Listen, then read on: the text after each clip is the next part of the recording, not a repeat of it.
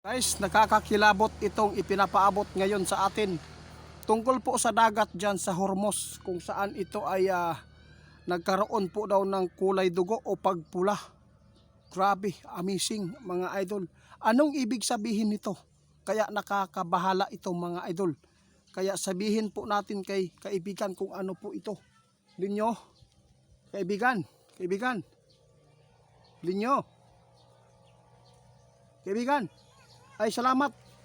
Sos, Diyos ko kaibigan. Mayroon pong nangyayari ba na hindi magandang sign na naman doon sa Hormuz. Grabe po daw ang pagpula ng dagat. Hindi buong karagatan po doon. Grabe daw ang pagpula. Ito po ngayon ang nakita natin sa pinasa po sa atin ngayon.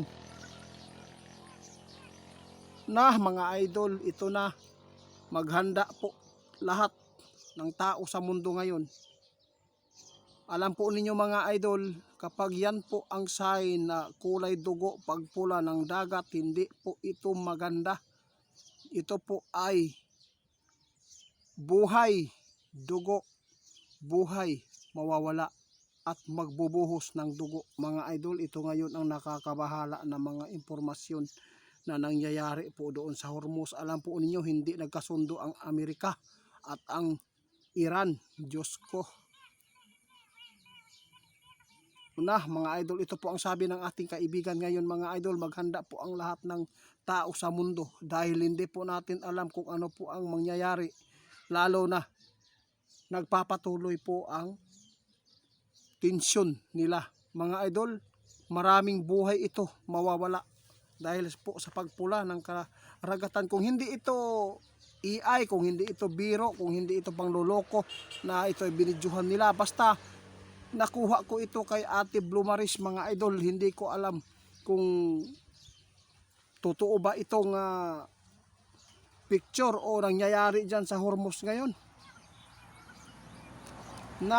Ito po talaga daw ay pinakamasamang sign mga idol. Madugo na mangyayari ito. Di ba sinabi po ng ating kaibigan noon, kapag mayroon po kayong nakita na pagpula ng kalangitan, pag kulay dugo, pag yung karagatan, mga idol, tandaan po ninyo, marami talaga ang mamamatay sa taong ito.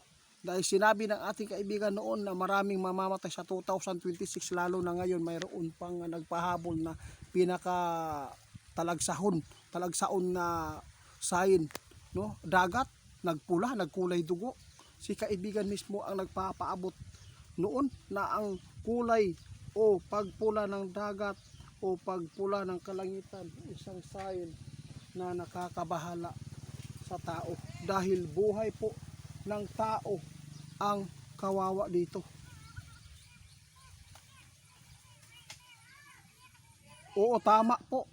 Kaya sa lahat po na makapanood sa amin ngayon, i-share po ninyo ito mga idol. Lahat po ng taga Middle East natin, mga kababayan dyan na nakatira o nagtrabaho, mag-ingat po kayong lahat dahil sa sign na to, ikinababahala natin at ikinababahala ng ating kaibigan na duwende.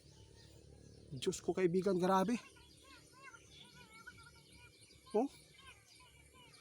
Ibig sabihin daw nito mga idol, mas malala pa ang tensyon na mangyayari dito sa Iran. Maraming buhay dito, mabubuwis ang dugo. Mga idol, pasensya na kayo. Hindi po ito pang pananakot. Basta talagsara yun na ang dagat na nagkulay og dugo, no? Kulay pula. Diyan pa talaga sa Hormuz nangyari na ito po ngayon ang daanan ng mga barko na kumukuha kung saan dadaan po yung may mga kargang langis, no? Doon pa nangyayari ngayon. Kaya nagpasalamat po tayo kay Ate Blue Maris dahil pinasahan tayo ng na update diyan na yung dagat pala doon sa Hormuz ngayon ay grabe daw ang pagpula. Mga idol, paki-report pala kay Ghost Hunter 88 Fans 2.0. Scammer po yan mga idol. Mag-ingat kayo. Maraming salamat sa mga pumapasa, no? Nagpasa sa atua og mga impormasyon sa mga kababalagan ng mga sign. Tulad ngayon, pinasa ni ate. Kaya si kaibigan, agad po natin na itanong sa kanya. Kaya anuman ang ipapaabot pa uli ng ating kaibigan ngayon, pakinggan na lang po natin.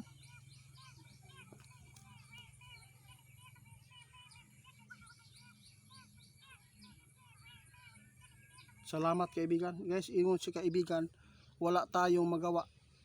Ang ating gagawin lang ngayon hanggat hindi pa nangyari ang kababalaghan ngayon na mangyayari pa, maghanda lang po tayo kung ano ang dapat na ikakabubuhay natin at makasurvive tayo sa itong panahon natin. Sobrang krisis man, hindi pa natin alam kung ano po ang susunod nito.